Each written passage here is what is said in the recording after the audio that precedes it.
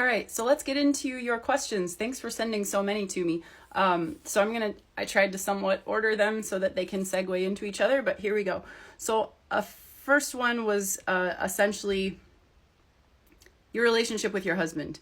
I'll end quote, should have been sucking up to you for dealing with his family. I wish. I have, for the most part so far, kind of protected my husband from a lot of truths beyond me being honest about how much I felt betrayed by him not standing up for me. At the same time, I understand that he's a child of trauma himself, growing up in a completely narcissistic household. At this point of the abuse, and at this point of the abuse in the story, and since that kitchen table confrontation, we're fighting pretty much constantly about the abuse of his family towards me. My gut is, I'm not calling it abuse. I don't know that they're narcissists, but I know that this is not okay to treat someone like this. My gut knows that it's really, really bad.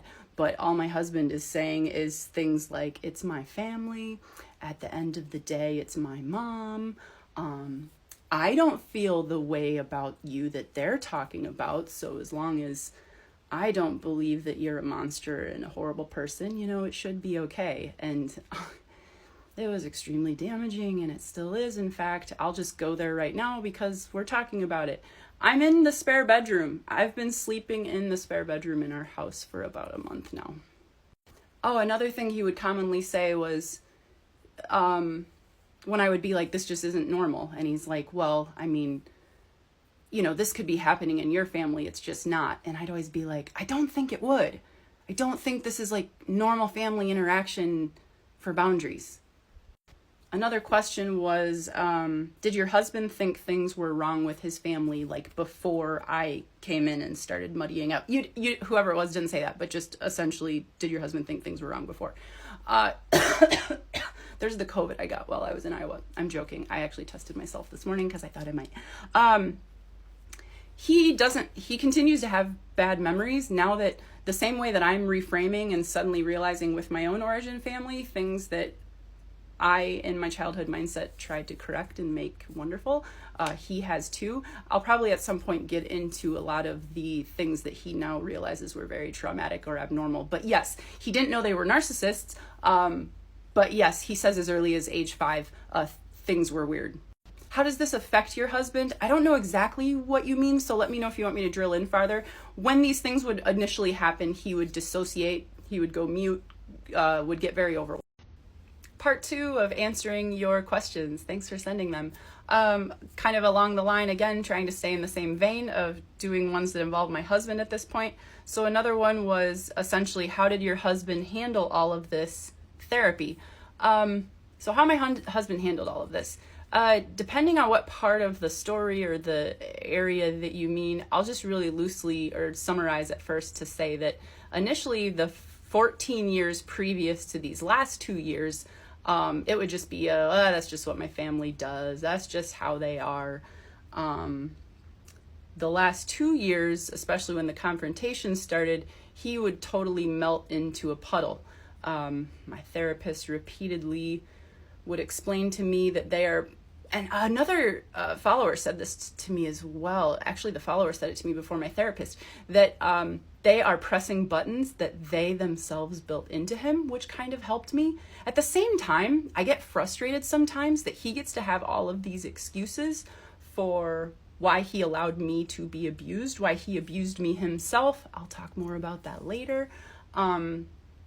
And I just have to be like, oh, you poor traumatized thing. I guess that's why I just get to be abused by a ton of people.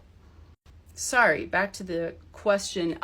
So when he wasn't dissociating or completely feeling like he was betraying me and not standing up for me, he finally, in the story, many of you have seen that he is starting to get his voice. He's starting to get his footing. It's not as blatant as it sometimes could be. At the same time, it's his family, so I slightly understand that. But if that's what you meant, I hope that helps answer the question. As far as therapy, so this is somewhere where I have to come clean with you guys.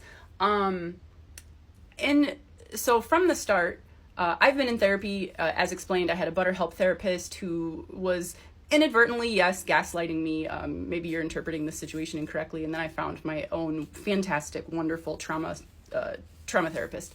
My husband has all along been talking about how he's going to be in therapy. And so I've literally said in videos and in responses to questions that my husband is in therapy. But I can tell you right now, it's never materialized. It's never actually happened. My husband is not in therapy. When I bring it up with him, saying that I'm not saying you need to get therapy for us necessarily, just even therapy for your own trauma of growing up in that household. He's like, well, now that I'm aware of it, I'm fine. And I'll go more into detail of the abuse that he has done to me in the future. But no, dear follower, I told you that he was in therapy because he kept telling me any day now he would be, and he's still not. I only answered one question in this section, sorry. Another question was it common for your husband to just take your girls and himself for a visit on his own so that I didn't have to be there? So I didn't trust my mother-in-law with my girls. I can go into that in detail more in the future. I somewhat have in the past. Not that I don't want to answer this question. I'll go to keep it to quick questions. I'm already kind of failing. I didn't trust my mother-in-law, and my husband had showed me in the past, again, I can talk more about this in detail in the future. My husband had showed me not only with becoming a puddle when confrontations happened, but even when there weren't outright confrontations, he had shown that he wasn't able to advocate for the girls, their safety, their wellness when we were with his family. And so, long story short, I didn't trust him to take my girls there. And it wasn't just because she wouldn't give them organic 2% milk. That's not the things that I didn't like. It was legitimate, like, concern for their safety. For example, very quickly, one time when they did go alone, my child ended up with explosive diarrhea that night, like had never occurred. And when I asked my husband about it, he said that my mother-in-law had them lick the cookie bowl clean. You may think I'm a hippie for not doing that, but I don't, because of the very fact that my daughter then had explosive diarrhea. So that's just one quick example. Oh, another brief example, if that didn't sound like, oh, she's overreacting to you. There was a time where we went to the lake house of her brother that she still speaks to, and she had walked down hand in hand with my 2-year-old or 1-year-old at the time, walked into the water, and in front of my face let go of my child's hand when my child was thigh deep in the lake to go do something with her parents. Like, I'm in horror from the deck at the house, seeing my daughter is now anyway, you get the idea. Is not aware of safety. All right, some examples before the blow up where they were disrespectful to you, but your husband did not acknowledge. I realize it's a trauma response that I have to work on, that this is not normal, but I don't like hugs and I don't like excessive contact with people outside of my family. I love to hug my daughters. I love to hug my husband. But even my origin family, I struggle to hug. And I would tell my husband that all of the excessive hugging at his parents' house would get to me. And I don't know, I would have thought that he could have like pulled them aside and talked about it, but these might seem really petty. He knew that I didn't like that they called me Bethy. Again, that's something that I'm an empath, so I guess maybe it's inaccurate sometimes to be like, well, I know that I would advocate for you with my family, so maybe that's not a correct way to go about I don't know at this point. Another question. What was your father-in-law like? I loved my father-in-law. He seemed like a source of normalcy and logic in a sea of really female personality types. It's possibly mean, but including my brother-in-laws there, who just completely bowed down to and are whipped by their wives. It felt like he was the only source of just normalcy. My husband and I even commented at father-in-law's death that, oh crap, the scale is severely offset now. My father-in-law was funny, he was sarcastic, he was humorous. this is gonna segue into, someone had also commented, I don't think it was a question, the dead dad must have kept the crazy at bay. Yes, we didn't realize how much. Again, we slightly knew that things were gonna be different now and harder moving forward because we wouldn't have his balance. But we did not realize how much he was keeping crazy at bay. A lot of things are hindsight. He would comment on her spending. He would sometimes like just blow up at her crazy like personalities in like in public settings. And they had they did the snowbird thing. So they had the Minnesota home and the Florida home. And he would travel to the Florida home a month ahead of mother-in-law. And then he would get back to the Minnesota home, or she would head back to Minnesota a month or so before he would leave Florida. And he did it under the guise of getting the house ready in Florida, taking down the hurricane shutters, blah, blah, blah. And that's absolutely partially true, but a month? And so my husband and I always kind of saw it as, to be quite honest, what an asshole. Like, to just spend 2 months of the year away from his wife. And posthumously, I'm like, I'm so sorry that I thought that about you, father-in-law, because you were just trying to maintain your own sanity. Yeah, I didn't say insanity, sorry. Maintain your own sanity from just the crazy that this woman is, that you are constantly trying to keep at bay. My father-in-law, despite me saying, the things you say after their death of, oh, he was funny, he was wonderful, he also absolutely could be a jerk. He was a jerk to my husband. My husband does not have good memories with his dad as far as like bonding. He said that it always felt like he was in a competition with his dad, that his dad wanted him to fail, essentially. I'm going to try to go on. Sorry if these are boring. Did you go on the vacation? Yeah, we did.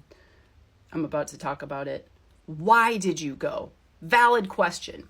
So some of the whys are that we had been planning this since my father-in-law died in 2019. So before my father-in-law died, we had talked about how Wildwood, New Jersey was a place that they always went as kids on vacation. And now that we all had children, we kept I'd never been there before. But we all kept talking about how we got to like go one time with all of the children that we now have.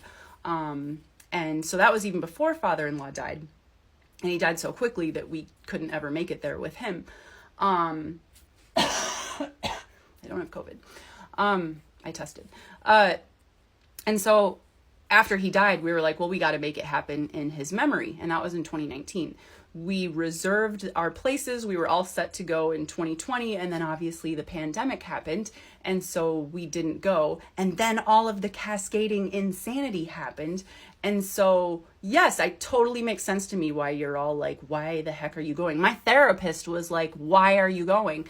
But it was because, as mentioned briefly in the past, the VRBO, we unfortunately got one of those where you lost 50%. So you put down half of your $4,000 and you were going to lose that half if you pulled out. And I'm not wealthy. I don't even like losing $20. I don't even like losing $10, actually.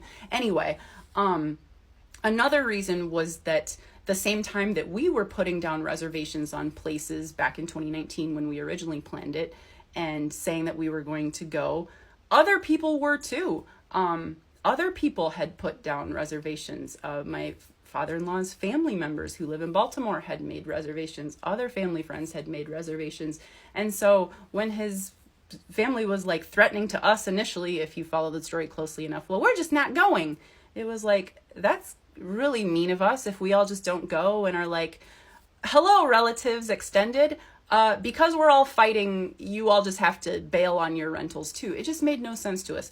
And so again, between the promise to the dead dad that we would go, the fact that we were going to lose $2,000 on our rental, my phone just blipped, so I don't know where I was, but the fact that other people were planning to go, our daughters had known we were going, despite the drama that we tried to protect them as much as we could beyond what they witnessed.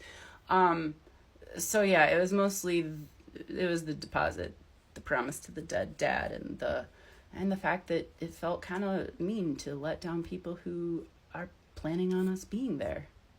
I don't need to do much more foreshadowing because I have, but it was a mess. Continuing on with questions. Are you happy since the no contact? Yes, blissfully. It feels like a huge elephantile weight has been lifted off my shoulders. In fact, I've talked in other content about how I've had horrible chronic pain for 7 years, had MRIs, gone to physical therapy. I have a herniated disc, a compressed brachial nerve, something like that.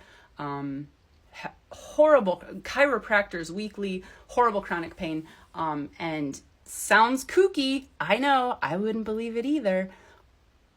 But I'm like doing well. I'm not like miraculously cured. I still absolutely have like residual carpal cubital tunnel effects. I'm like still sore. So it's not like a miraculous, like I'm 20 again. But as far as like major pain, yes, I'm very happy. The problem with going no contact is that I felt worse. And I was confused why. And my therapist was like, well, now that your body isn't in fight or flight constantly, you're having time to process the audacity, the horror of what happened to you. And so I'm not happy in that regard, if it makes sense. But if the question is solely just, I won't go that path if it really is just, are you happy since the no contact? In other words, do you think it was the right decision? Yes, absolutely. My daughters also seem very happy since the no contact. Oh, I will add that my husband says that a huge weight is lifted off his shoulders as well. Actually, as we drove home from my origin family's house yesterday, where we were for the holidays, my husband made the comment that I would love to move and not tell my family where we are going. So, I don't know. Why don't your sister-in-laws see that the mother-in-law needs help? A lot of commenters have helped me figure this out, and I think you're right that for them to identify her issues also calls out their own. Essentially, I didn't say that as eloquently as a lot of you have, but I also partially think that they refuse to, I think they just can't back down on at this point. My husband uses the phrase, is it, they're gonna die on this hill? Is that like a war phrase or something? Because especially, I mentioned in a comment once that my oldest sister-in-law is a stay-at-home mom. I think she has like a part-time job now. My middle sister-in-law is actually an ARNP. That's some sort of like registered nurse who can write prescriptions. So I'm not impressed. I'm kind of like flabbergasted that she has to hold so tightly to this stubborn view of can't give in to us that she'll literally allow care for her mom to go by. Have they left you alone yet? At the point that I am in the story where we're about to go on vacation, no, not at all. So I assume you mean like at this point in time, have they? And yes, we are no contact. I think as of Sunday, so as of yesterday, I think 14 weeks, no contact. It's either 13, I'm pretty sure it's 14 weeks, no contact.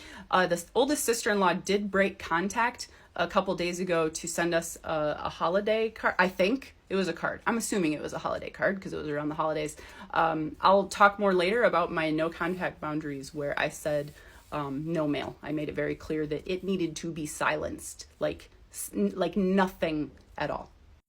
Another question, have your in-laws found your account? Do you know if they watch your videos? I don't know.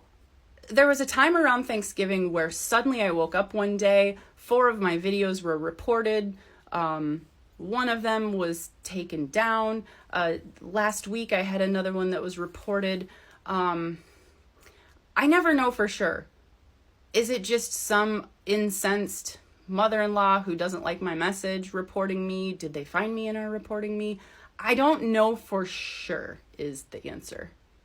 When I referred to my oldest sister-in-law breaking contact, I had a few people comment, just throw the letter in the trash rather than returning. You're kind of showing that, you saw it, got a rise out of it, blah, blah, blah. And I can't say I disagree with you. I see your point. The reason that I did do that is I'll eventually read you the details of my no contact boundaries that I sent them, but I said that any mail would be refused and returned. So I was just sticking to that. I see your point though. Can you block people from sending you mail? I think who asked me was in the UK, if I remember. I remember who asked it, but I think you said UK. Here in the US, I don't think I could. When I Googled it, I think I'm allowed to do the refused return to sender. But I don't think I can like actually have the post office not even let me see it. I don't think that's an option. All right, I'm back. Were there red flags of what was to come before the big incident? Yes, there were.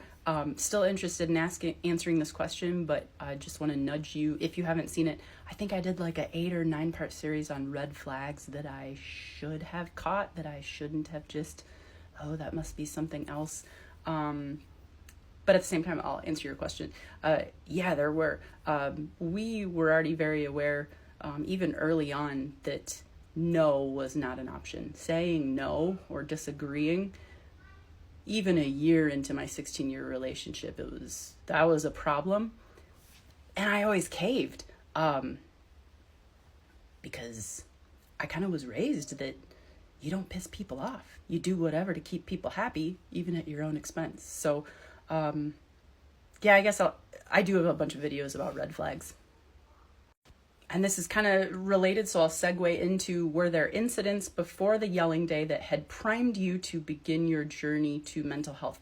Yes. So about 2 years ago, I started feeling, anytime we did a family function or saw them or they would text, I noticed a lot of feelings of bitterness, resentment, and I didn't want to feel that way. It felt not fair to me, but also not fair to them. I don't want to hate my in-laws.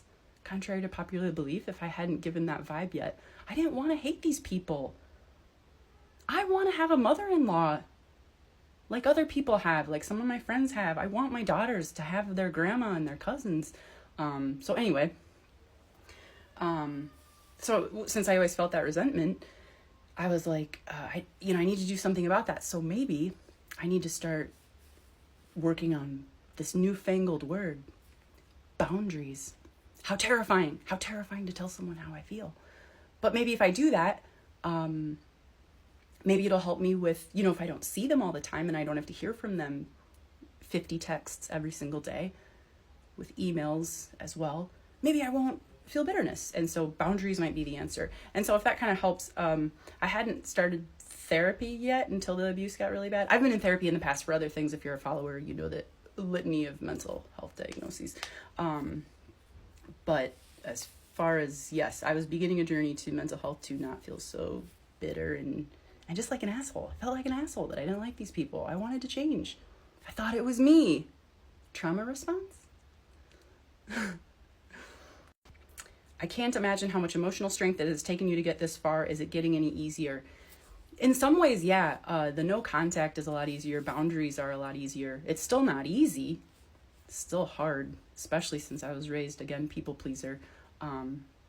Yeah, most parts are getting easier. I'm going to kind of continue on with what I just finished answering about, has this journey gotten any easier? And I said it for the most part has, which implies that it's not completely easy everywhere. So in the realization, once the mask slipped of my narcissistic in-law family, and I started therapy with a trauma-informed therapist, then the mask for my husband started to slip. And then as we dug into why I would allow such pretty intense abuse to happen, again, you haven't heard about the years with my husband that I totally normalized. Then when we tried to visit why I would let that happen, then we started digging into how I've reframed and tried to change the narrative of my childhood, which overall was positive, but wasn't what I had put into my head. That's really hard. That's extremely hard. That's why I was considering taking a leave of absence from my job last week until there was an announcement that now makes me feel like I can't do it, but it's hard. Do you think you will be no contact indefinitely, or do you plan to revisit? So when I first made the no contact boundaries, they seemed insane even to me. Like, there's no way. And so I'll read them to you eventually, but I told them that I didn't plan to have any contact with them until December of 2022, just because I figured we'd see them for Christmas or something. And when I said that, it was like, there's no way I'll make it that long. Like, how cruel of me. How could I do something like that? Now that I'm out, I hope I don't offend anyone. trauma response. Anyway, I hope I don't seem exaggerating to anyone to say that now that I feel like I'm out, I feel like I left a cult. Because now that I'm out, it's like, I'm never gonna see them again. Why would I go see people like that again that have done that to me? I don't know what they could do to undo. You haven't heard about Vacation yet, and then what happened after Vacation, if you didn't already think that it was bad. How could I ever see them again? My daughters don't ever want to see them again. They've voiced that. So I don't know. I don't completely have it off the table. Another thing my therapist had said was when I talked about, again, if you're a follower, you'll know what I'm talking about. A couple days after Thanksgiving, we went to see the brother of my mother-in-law, who she still talks to. I love this a brother, his wife, and their children. And I talked about how I was like super anxious, having a ton of physical symptoms, even going to their house, and I love them.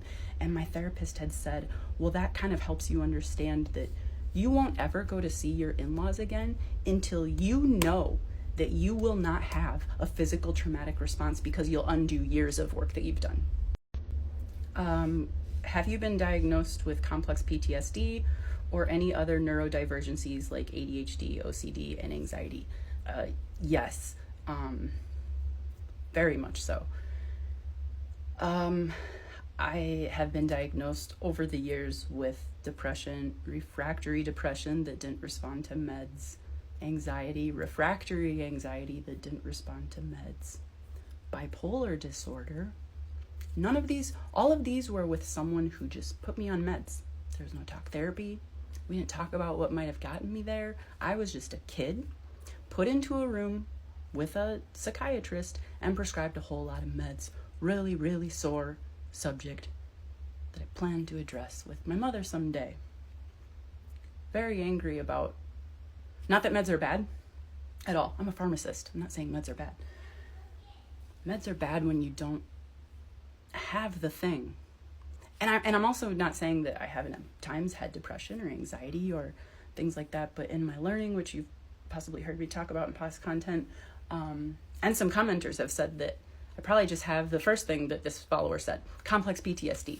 Oh, I missed that I was also diagnosed with borderline personality disorder after my brother died in a traumatic accident 8 years ago, and my substance abuse and eating disorders exploded. So, whole lot of diagnoses. I am a whole lot of messed up that people on both sides of my family, as well as my husband, have held over me as a way to control me and not listen to me for years.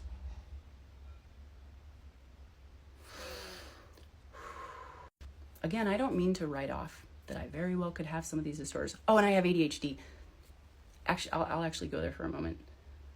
I have intense ADHD. So, when I started going the route of thinking that my borderline personality disorder and all these diagnoses that have been fed to me over the years is why you're so messed up.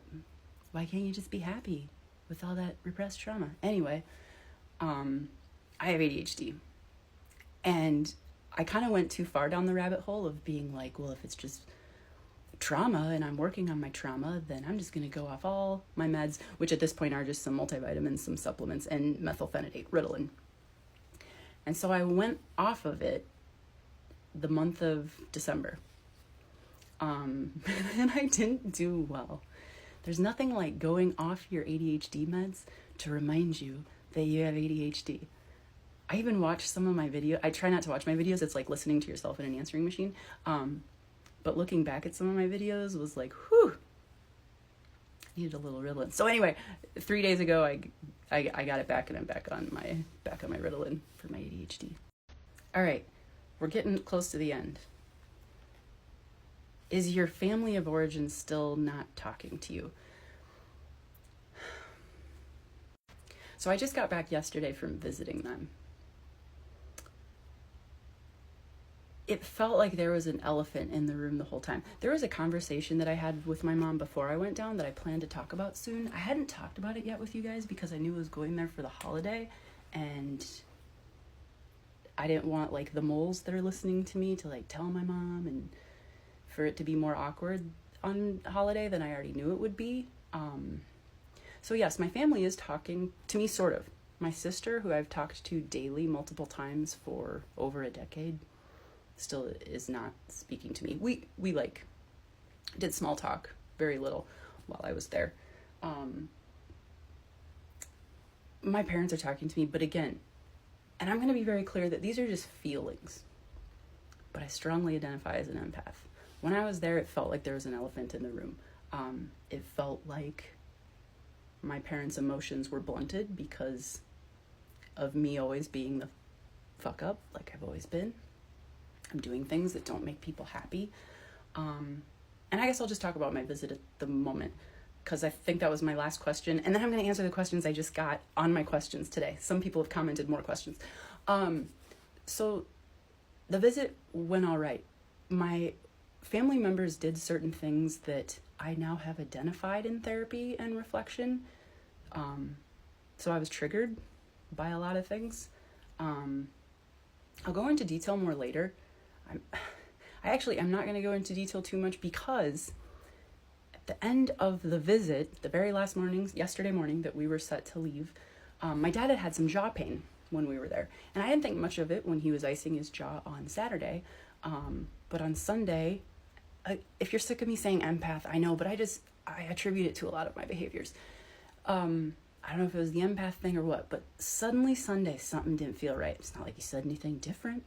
He didn't make any sounds or anything, but suddenly it just didn't feel right. Something felt off with my dad. And so I come upstairs from my room in the lower level, and my mom's making an appointment with the dentist for Monday. And I was like, man, if you had chest pain in addition to this jaw pain, I'd really be worried. And it was quiet for a little bit.